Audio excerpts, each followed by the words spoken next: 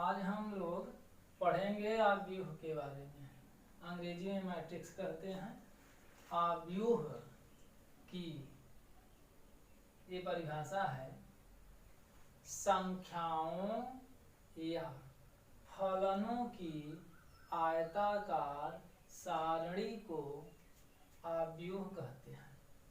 तो इसे हम दिखाते हैं कैसे, देखिए a equal to a11 a12 dotted a1n, फिर a21 a22 a2n,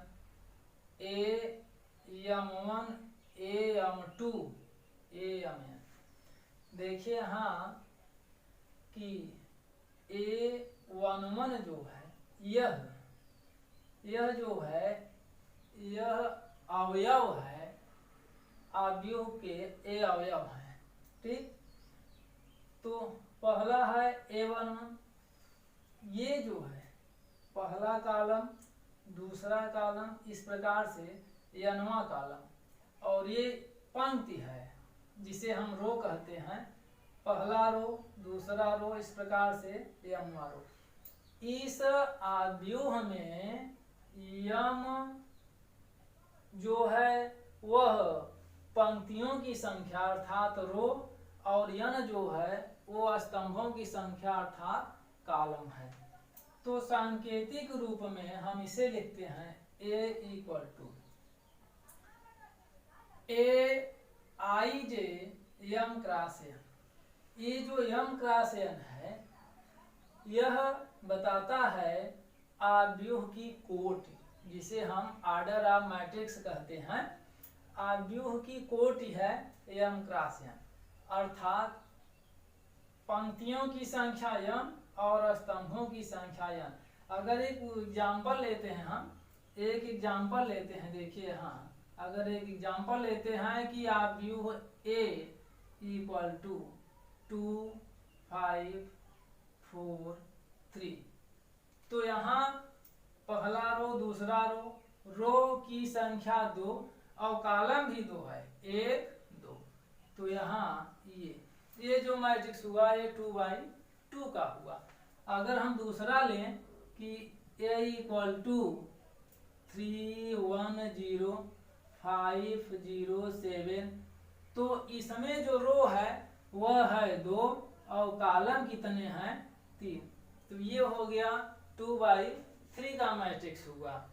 ठीक है, तो इसी प्रकार से यह आई जे जो है ये बताता है, जैसे कि आई हम 2 ले लें तो आई 2 लेंगे तो ये हुआ, और जे ले लें 3 तो यहाँ आ जाएगा ए, यहाँ a 2 3 इस प्रकार से तीसरा। तो आई के लिए 2 और जे के लिए 3 वाला ये सदस्य अवयव ये जो लिखे गए हैं ये आव्यूह के अवयव हैं। आव्यूह को अंग्रेजी के कैपिटल लेटर से प्रदर्शित करते हैं तथा आव्यूह के अवयवों को अंग्रेजी के स्मॉल लेटर से प्रदर्शित करते हैं। यहाँ देखिए सांकेतिक रूप में ये equal to aij m cross n। तो देखिए हम आव्यूह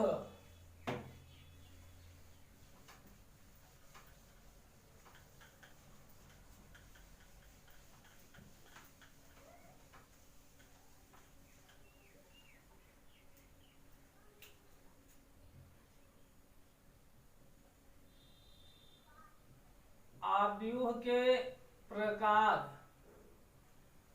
के प्रकार को जानेंगे कि आव्यूह कितने प्रकार के होते हैं। तो देखिए ये पहला है पंक्ति आव्यूह,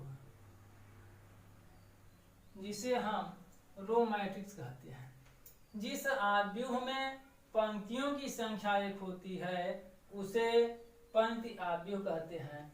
इसके लिए जैसे आप ये कहते हैं कि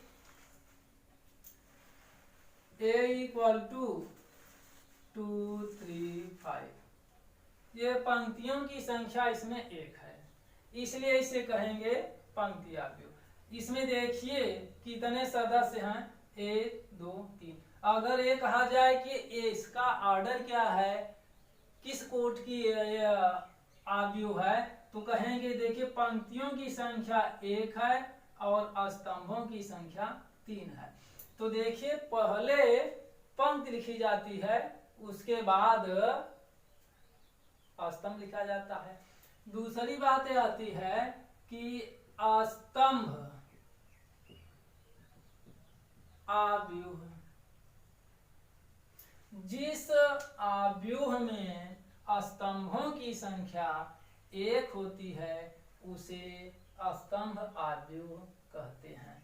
इसके लिए एग्जाम्पल आप देखिए, a इक्वल टू 105, ये पंक्तियों की संख्या 3, 1 2 3, 3 क्रॉस 1, क्योंकि कॉलम 1 है तो ये 3/1 का मैट्रिक्स हुआ। ठीक इसी प्रकार से आप कहते हैं शून्य आव्यूह, शून्य आव्यूह। तो शून्य आव्यूह, जिस आव्यूह में सभी अवयव शून्य हो, जिस आव्यूह में सभी अवयव शून्य होते हैं उसे शून्य आव्यूह कहते हैं। ये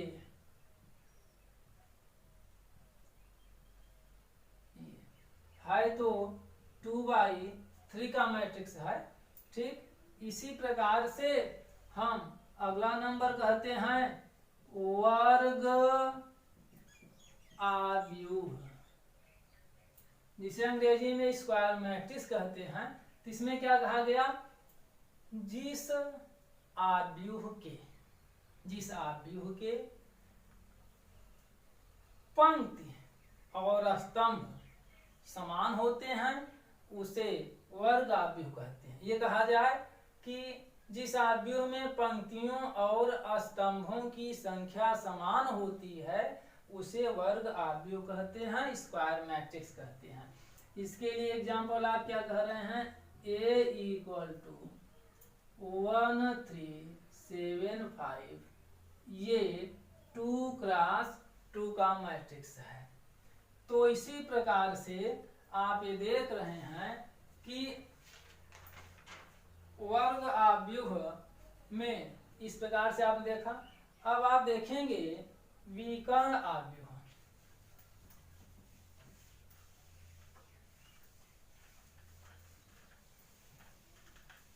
डायगोनल मैट्रिक्स। तो विकर्ण आव्यूह,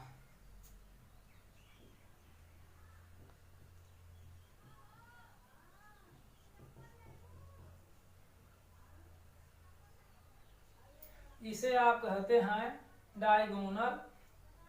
देखिए ये जो विकर्ण आव्यूह है यह वर्ग आव्यूह में होता है। वर्ग आव्यूह तो आपने जाना कि जिसमें पंक्तियों और स्तंभों की संख्या समान होती है उसे वर्ग आव्यूह कहते हैं। तो इसमें कहा गया कि जिस वर्ग आव्यूह के मुख्य विकर्ण के अतिरिक्त सभी सदस्य शून्य होते हैं, सभी सदस्य शून्य होते हैं, उसे विकर्ण आव्यूह कहते हैं। ये आप एग्जाम्पल देखेंगे तो ये आप देखिए 1 0 0 0 3 0 0 0 5, ये स्क्वायर मैट्रिक्स है 3/3 का। ये स्क्वायर मैट्रिक्स जिसे हम विकर्ण आव्यूह कहते हैं। यहाँ ये विकर्ण है, ये विकर्ण के अतिरिक्त जो भी सदस्य हैं सब शून्य हैं, इसलिए इसे कहेंगे विकर्ण आव्यूह। तो ठीक है, अब अगला है अदिश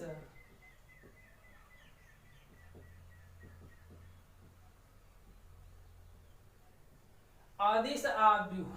ठीक जिस विकर्ण आव्यूह, ये विकर्ण आव्यूह से ही परिभाषित होता है, जिस विकर्ण आव्यूह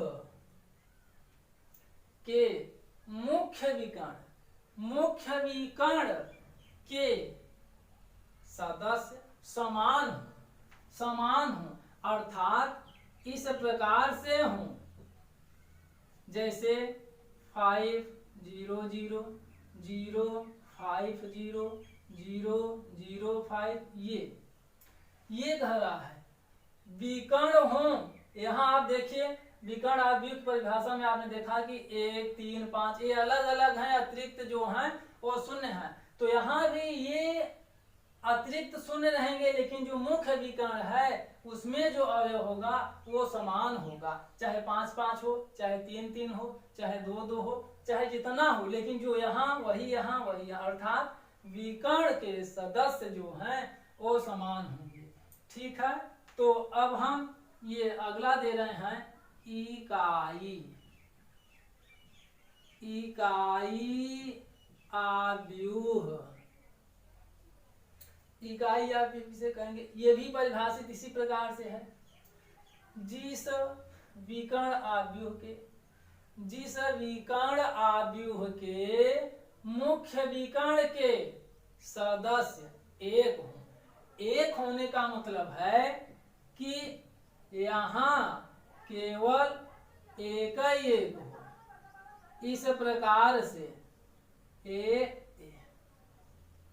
है तो 3/3 का है, एक हो। यदि मुख्य विकर्ण में सदस्य एक हो तब उसे कहेंगे इकाई आव्यूह। ठीक है, तो देखिए हम इस प्रकार से आपको बताए कि आव्यूह कितने प्रकार के हैं। हाँ देखिए, आव्यूहों का जोड़ तथा घटाना। तो जोड़ और घटाना हम सीखेंगे कि जैसे पहले भी हम लोग अंकगणित में 3 धन 2 बराबर 5 को पढ़ा, 5 माइनस 3 बराबर 2 को पढ़ा, उसी प्रकार से अब हम आव्यूहों का जोड़ और घटाना सीखेंगे। तो आइए एक एग्जांपल लेते हैं। आव्यूह ए बराबर 3 5 7 4 तथा आव्यूह बी बराबर 7 2 8 0। ये तो इसका जोड़ है, तो क्या करेंगे a प्लस बी, तो यहां लिखेंगे 3 5 7 4 प्लस 7 2 8 0। ये हुआ a की वैल्यू ये, b की वैल्यू ये। अब जोड़ेंगे, देखिए यही देख लीजिए, 3 में 7 जुड़ेगा तो 3 में 7 जुड़ा तो 3 7 10, 5 में 2 जुड़ेगा तो 5 2 7, 7 में 8 जुड़ा 7 8 15, 4 में 0 जुड़ा 4। ये आप देखिए ये जोड़ हो गया। अब घटाना, तो a माइनस बी, तो a माइनस बी, a की वैल्यू 3 5 7 4 माइनस 7 2 8 0। तो घटाते हैं, 3 में से 7 निकलेगा तो माइनस 4, 5 में से 2 निकला 3, 7 में से 8 निकला माइनस 1, 4 में से 0 निकला 4। ये जो है 2y, यह ध्यान दीजिएगा कि जो जोड़ या घटाना होता है वह वे समान होने पर होता है। जैसे ये 2/2 का है, ये भी 2/2 का है, इसलिए जोड़ा गया और घटाया गया। ठीक है, तो इस प्रकार से जोड़ और घटाना आपने देखा है। आव्यूहों का गुणा जानेंगे, क्योंकि जोड़ और घटाना हम सीख गए हैं, तो गुणा सीखेंगे। तो एक एग्जांपल में आव्यूह ए